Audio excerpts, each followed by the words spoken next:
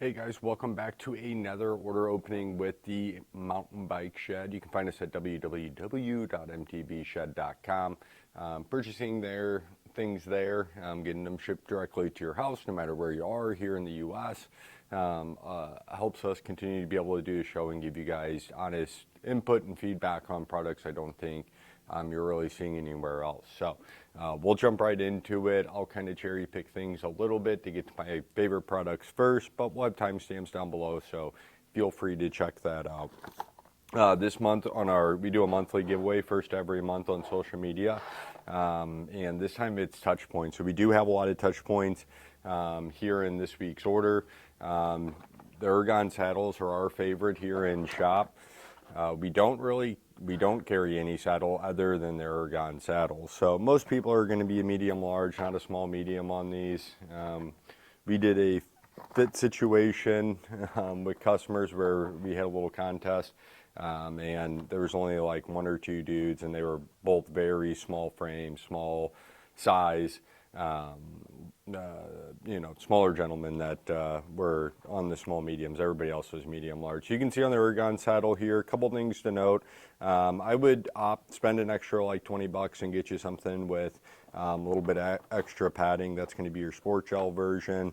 You can get just the sport or the comp, and you're not going to have as much padding. Something to keep in mind as you get into higher levels with these, you're going to have like a stiffer foam back here where your sit bones touch. It's going to be softer up front. So a lot of good videos on why to do that. That's an upgrade and why we're doing our giveaway first every month. But this month on these saddles, or giving away one of these saddles, because it's something that a lot of people overlook. So they're not really... It's one of the last things people upgrade, but then once they do it, they're like, holy smokes, why did I wait so long? So get yourself an Ergon saddle. They're very nice.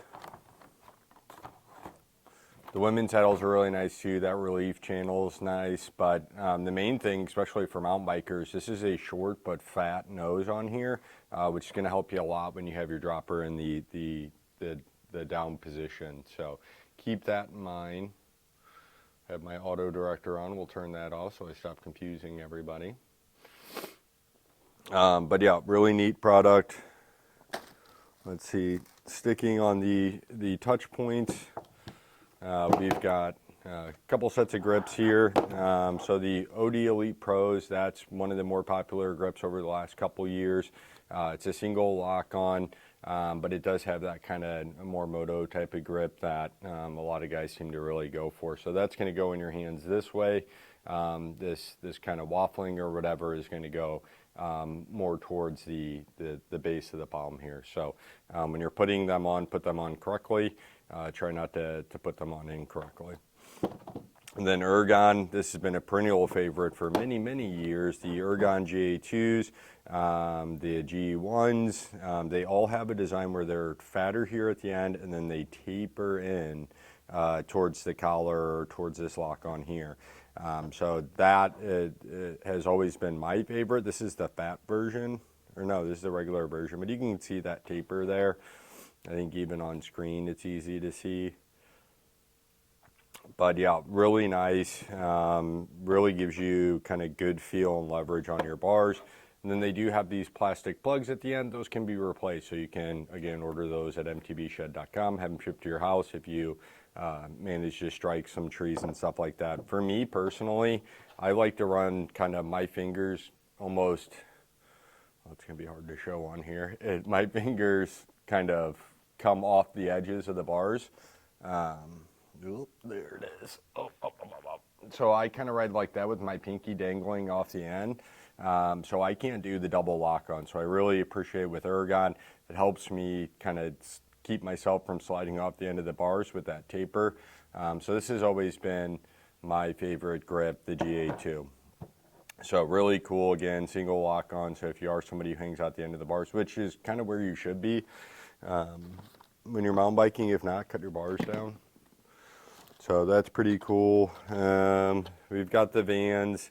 This is for a very specific customer. I don't like all this extra waffling and stuff, but some people do, and it comes in a dark brown. So that's why we have that. Let's see, what else do I have touch point wise? Oh, just some cheap pedals here. So these are MSWs. I think they're like maybe a $30 pedal, but they've got metal pins. So if you're wanting to try out flat pedals, we do have an option here where you're not having to spend 60 bucks on one-ups or anything like that. MSW is kind of a replacement part company. They make decent stuff, not super high quality, but good enough to put on your bike, maybe not good enough for long term. So keep that in mind if you are. Maybe you're looking to try something out. MSW can be a good way to do that. Now they make plenty of just stock parts like seat posts and stems. Again, those are good, just kind of base replacement parts if needed. And this isn't really a touch point. I'll grab these eThirteens. So eThirteen pedals here. We like the eThirteens, they're fairly large. So very nice internal bearing, rebuildable. You know, and you can see those MSWs are about the same size. So these are going to run you in the $50 to $60 range, but really nice big pedals. They've got these two pins in the middle, right here and here where my fingers are. They're black, so you may not be able to see them. But those lock your foot in good. You will not, I mean, there is no movement on this pedal whatsoever. So the eThirteens are super nice, quickly becoming one of my favorite pedals. We're hearing good feedback on them too here at the shop, so that's good. So yeah, the other thing that, you know, maybe not considered a touch point, but it absolutely is your dropper lever. So Wolftooth makes a super nice dropper lever. It's got ball bearing in there, super smooth action, so it does a really good job. You know, they have a light action version or the regular. You'll see if you're trying to purchase online on our website at mtbshed.com that you're going to have different options as far as mounting. You want the 22.2, so the 22.2 is going to be the size of everybody's bar ends. All your grips are going to come in 22.2, you know, shift lever, stuff like that. The fatter ones are going to be for like drop bars. Or, you know, if you're running something with like iSpec or Matchmaker, so SRAM or any of those systems that you're attaching to the clamp of your brake lever, then you could use that. Maybe go with the light action. Wolftooth also has a ton of adjustability side to side on sliding that mounting position of the lever, so you can really dial things in nicely. The new design is absolutely amazing. It is a step above where they were before. I feel like the camera is changing angles on its own. Maybe it's not. But yeah, it's way easier to install now. So from a mechanic standpoint, I love the Wolftooth lever even more. It's CNC machined aluminum, so that is nice. It's made up in Minnesota, but yeah, really good adjustability, really easy install, super good use, super durable. You know, you invest in that and it's going to make everything feel a lot better. You should be using your dropper a lot during the ride. So let's see. Oh, my touch points. We dropped our park tool pressure gauge and broke the glass, so I had to get a new gauge for that. And while we were at it, got the replacement head. The park tool shop pumps are really nice, so they're a good thing to have at home if you're going to use an air compressor. But at home, other than just like seating your tubeless tire, a floor pump's going to be your best bet. So, you know, we've got you can get a base floor pump like this, again, MSW. Solid stuff works enough for us to feel comfortable selling it. But doesn't break the bank, so this is like a $30 pump. It does both Schrader and Presta, so get that. You should be, at least this, you should be checking your air pressure before every ride, whether you're mountain biking or cruiser bikes or whatever it may be. We carry the Joe Blow mountain pump here. It's got a wider chamber and a smaller gauge, so you can really dial in where you want your air pressure at. That's super important, especially for mountain biking, but really for any riding. It's to prevent flats.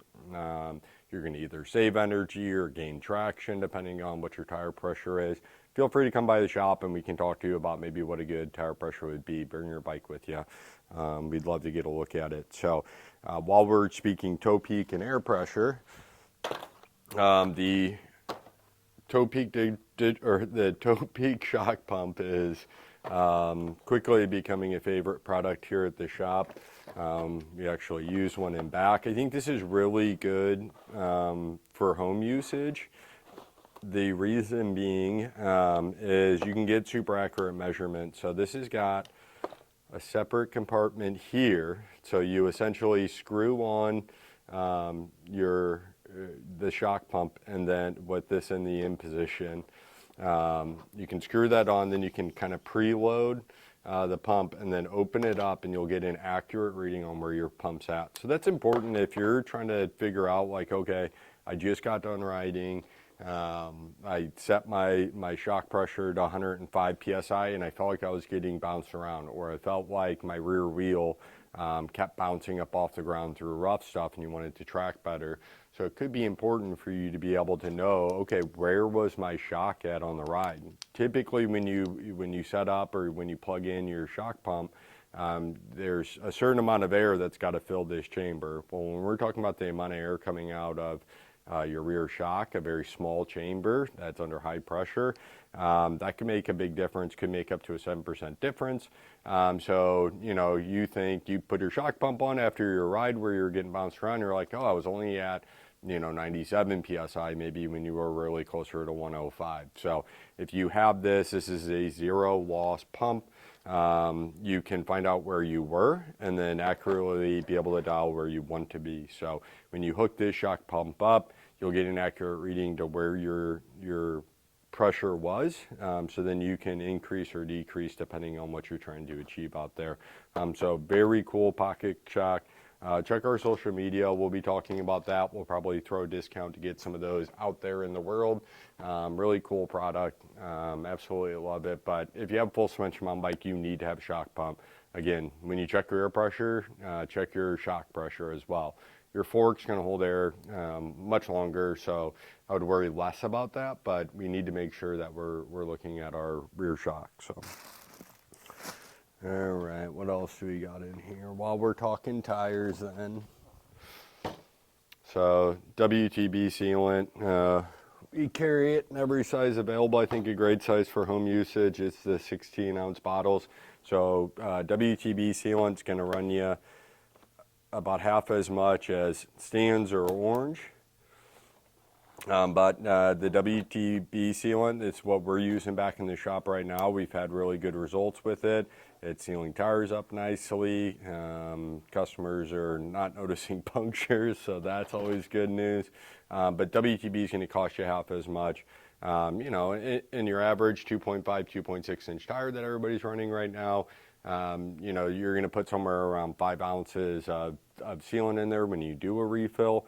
We recommend cracking the tire all the way open, peeling out or removing any of the dry caked up sealant before refreshing your new sealant. Especially if you're changing brands, then that's something to keep in mind. If you get a huge bottle, remember, this stuff, again, it dries out in your tire. It's also going to have a shelf life as well. So 32 ounce if you got multiple bikes, 16 ounce if you don't. So this will do about 4 tires. So this should last you about a year, which should be fine. So WTB sealant. WTB is a cool company. They're one of the original mountain bike companies, some of the original mountain bikers, and that's a 35-year-old company or so, something like that nowadays. But pretty cool. So that's most of this stuff. Oh, all right, more important things, I guess. Muc-off Dry Lube. So definitely one of the better lubes out there. This is a good time to be using dry lube, even though, well, it's been raining a lot here in St. Louis, which is unusual for summer, but typically dry lube would be your best bet, and it definitely has been for the last couple of weeks. Weather is getting beautiful. I think it's going to be nice and stay this way for the next few weeks. So if you're passing through the area, maybe plan on staying at KOA or a hotel here in town, and then you could send this family to Six Flags, and you could be right behind the park hearing them scream on the roller coasters as you're riding the monkey heads over at Greensfeld, or where the Greensfeld Enduro is. So a lot of fun to be had out here in Eureka if you guys stop by. I've got tubes in the box here as well, so we're not going to talk too much about that. Yeah, tubes. just shorts, so nothing big there. Bells for people. Oh, and then lastly, so it seems as though Shimano has finally gotten their 12-speed stuff available for distributors and now for shops. So if you are running a 12-speed Derailleur system, for 120 bucks, you can get a Shimano XT derailleur and improve your system greatly.